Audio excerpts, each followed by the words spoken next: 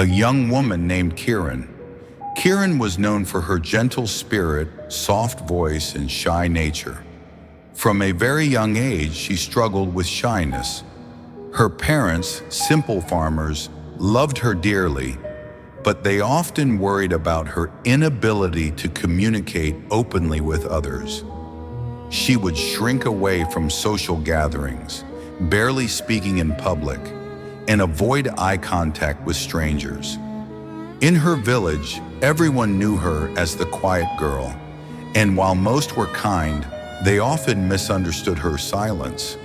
Some thought she was unfriendly, while others saw her as someone who lacked confidence. Despite her inner struggles, Kiran's kindness and intelligence were often overlooked because of her reticence. Kiran's greatest fear was failing to meet expectations. At school, she struggled to speak in front of the class, even though she always had brilliant ideas. Her teachers were patient with her, but their encouragement did little to ease her fear. She dreaded being called upon, and the mere thought of public speaking made her hands tremble and her heart race. As Kiran grew older, her fear of social interaction became a wall that prevented her from pursuing opportunities. She dreamed of becoming a successful artist, but the thought of presenting her work to others, or even speaking about her passion, filled her with dread. What if they don't like it? What if they laugh at me? She often thought. One evening, as Kiran sat by the window of her small cottage, gazing out at the stars, a voice interrupted her thoughts. It was her grandmother, a wise woman who had seen the world and experienced its challenges with grace. "Why do you sit in the shadows, child?" her grandmother asked, noticing her granddaughter's melancholy. "I am afraid, Grandma," Kiran confessed, her voice barely above a whisper. "Afraid of failing, of not being good enough, of disappointing others." Her grandmother smiled softly. "Fear is not a place to live, my dear. Fear is something that only exists in your mind. It is an invisible wall that holds you back from the life you deserve. Shyness is a reflection of that fear. You have the strength to break free, but you must first believe in yourself." Kiran looked at her grandmother, confused. "But I am shy, Grandma.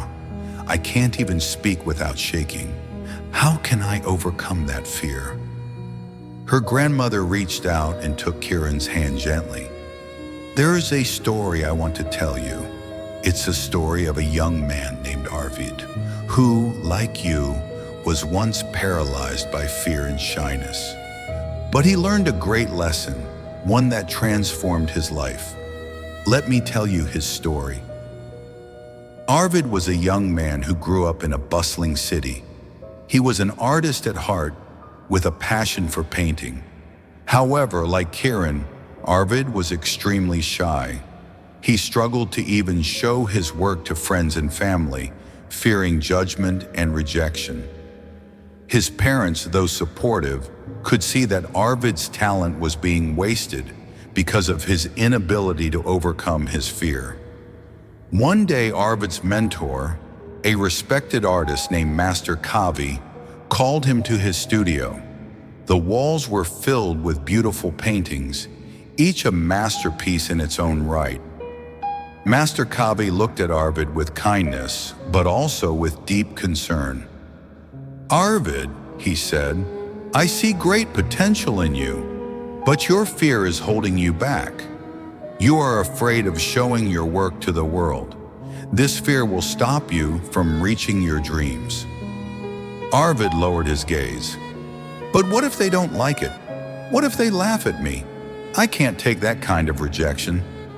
Master Kavi smiled and nodded. "I understand, but fear is a thief. It steals your courage, your joy, and your potential. You have two choices: live in fear and never know what you could achieve, or face your fear and step into your greatness." Arvid was uncertain but agreed to follow Master Kavi's advice. Over the next few weeks, Master Kavi set tasks for Arvid to complete. Each task was designed to help Arvid confront his fear. The first task was simple. Arvid had to speak to a stranger. He was terrified but forced himself to approach a passerby in the market. He stuttered at first, but the stranger was kind, and the conversation, though awkward, helped Arvid realize that people weren't as judgmental as he had imagined. The next task was more difficult. Master Kavi asked Arvid to hold an art exhibition. "But I'm not ready," Arvid protested. "What if no one likes my work?" Master Kavi gently placed a hand on his shoulder. "The world does not need perfection, Arvid. It only needs your truth, your voice. If you are afraid, do it afraid. Take the step, and you will find courage waiting on the other side." Arvid reluctantly agreed and set up his exhibition. The day arrived and his heart pounded in his chest.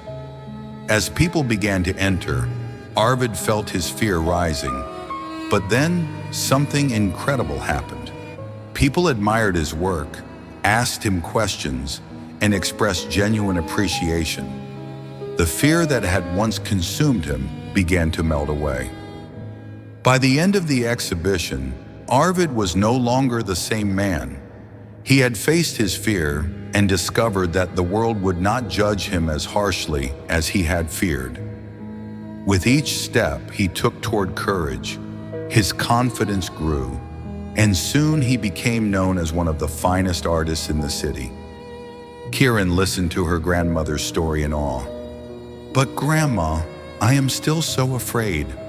What if I fail, like I always have?" Her grandmother smiled gently. "Fear will always exist, but you can choose not to let it control you. Just like Arvid, you must take small steps forward. Don't let the fear of failure stop you from trying. Every time you face that fear, it will become smaller and you will grow stronger. You are capable, Kiran.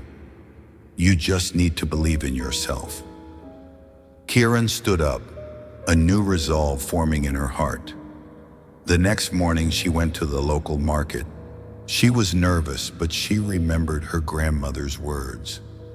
Slowly she began to speak with the vendors, asking about their goods and telling them about her artwork. Each conversation felt like a small victory, and with each one she grew more confident. A few weeks later, Kiran decided to display her paintings in the village hall. She was terrified, but she remembered the lesson she had learned. "If I am afraid, I will do it afraid." To her surprise, people loved her art. They admired her creativity, and some even asked to buy her paintings. The fear that had once held her back was now a distant memory, replaced by a quiet confidence that grew with every step she took. Years later, Kiran became a renowned artist, known not just for her talent, but for her courage in overcoming her fear. She traveled the world, sharing her art and inspiring others with her story. She never forgot the lesson her grandmother had taught her, that shyness and fear are not permanent obstacles, but challenges that can be overcome with belief, courage, and persistence.